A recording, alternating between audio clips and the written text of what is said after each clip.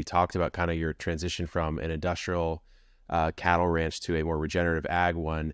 You mentioned you have 5,000 acres right now in a town of 105. I'm curious how that has impacted the town. The three things that we brag about, the only three things that we boast on our website is our regeneration of degraded land, the welfare to our animals, and the re-enrichment of our little community. Yeah. And the first two were very, very intentional.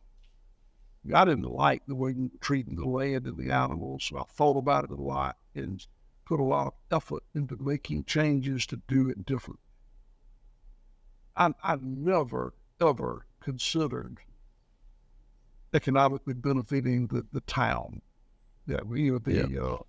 This town, like most rural agrarian towns, have been in decline since World War II, the end of World War II. That's when that started. The impoverishment of rural America began. And I was born in 1954. When I was born, I don't think we realized, I don't think my parents realized the city was in economic decline, the county. But it was. In retrospect, looking back, it was. Yeah. So I grew up here, and it literally, our population peaked in 1900. Oh, wow. 1900. Wow. 50 years before you were born.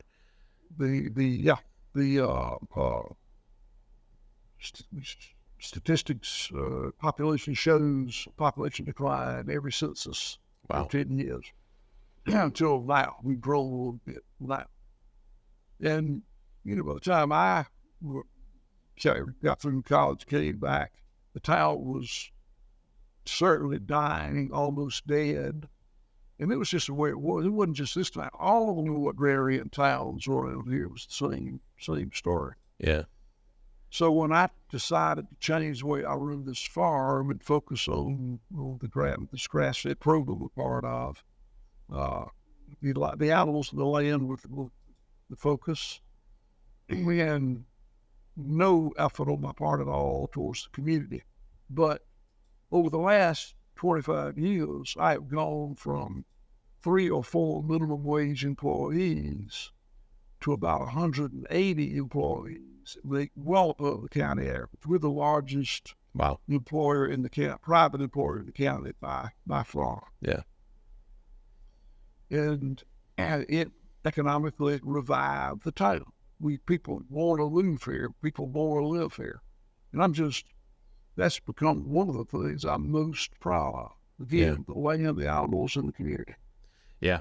Yeah, it makes sense because, obviously when you're moving towards this new model, the land and the animals, there's a very conscious choice to improve those two things. The second sort of effect would be that the town, if the job's done well, right, that the town would come back to some degree.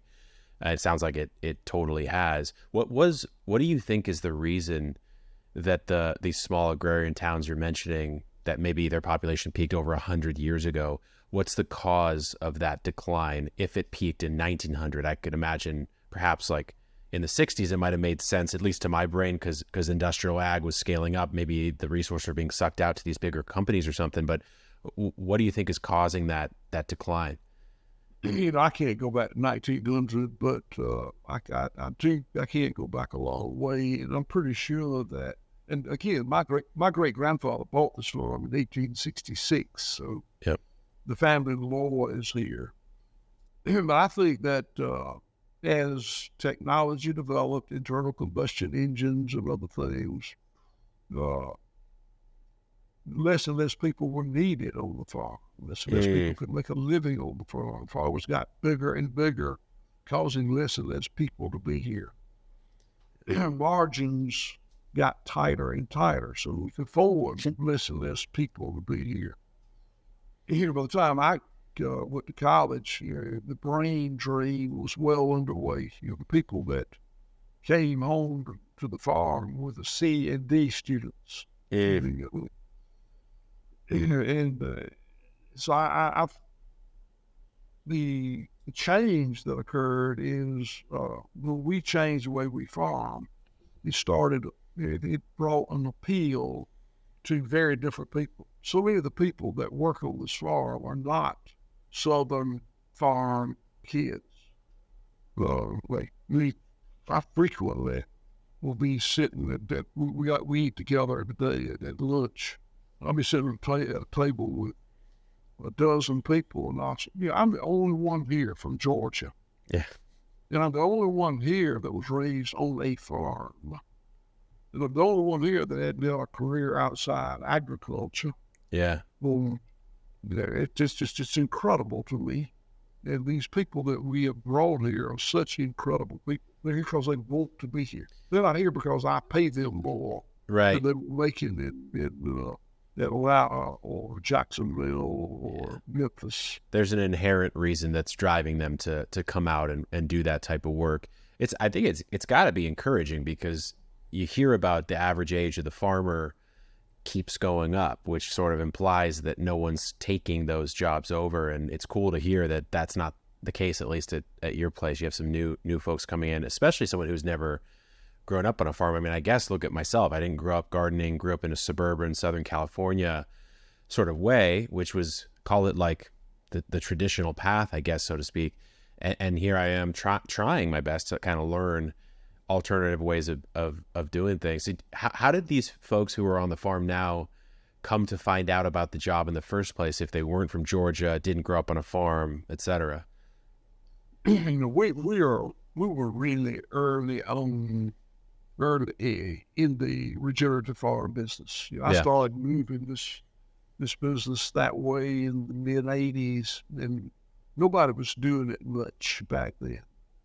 So as a result, we got probably a little bigger web presence than most people. So I think that's probably how it happens. We don't, other than on our website, we don't advertise or solicit people. Yeah. We have a really good internship program that I'm very proud of. We take 6 interns per quarter, 4 times a year. Yeah. And we probably get 25 applications every quarter, so we can really select who we bring in. And if you ever worked on a farm, it's not part of the criteria. I like these young people. Yeah. When I say young people, I don't mean kids. We have had we have seldom, but occasionally had interns and were fresh out of high school. But for the most part, everybody's a college graduate or a military person who's discharged. Yeah. We had an intern once. When I was 65 years old, I had a 65-year-old intern here who did great. That's cool. That's unusual, but having interns who are here in their 30s or 40s is not unusual. Yeah. I mean, I think it's a cool fact that the question, have you worked on a farm, doesn't show up, because otherwise, where's that applicant pool going to be coming from, right? That's the pool that's the one that's shrinking. So you got to open it up to folks who are trying something new. Yeah. Are there other farms in the area? Are they running more of a regenerative approach as a result of kind of seeing what you're doing, or is there still a bunch of conventional ag farms out there where you're at? That's a great disappointment to me. Agriculture is the only industry we have here. So, and then we're in an area in which the topography, most of the land can be worked. Mm-hmm. So, I have many farming neighbors, but I have had very little, if any, impact here changing things. Yeah. No, and that's a disappointment to me. I really thought that might be different. I understand it. Economically, this is not particularly rewarding. It's not. I can't. Watch the full episode right here and subscribe for more new episodes every single week.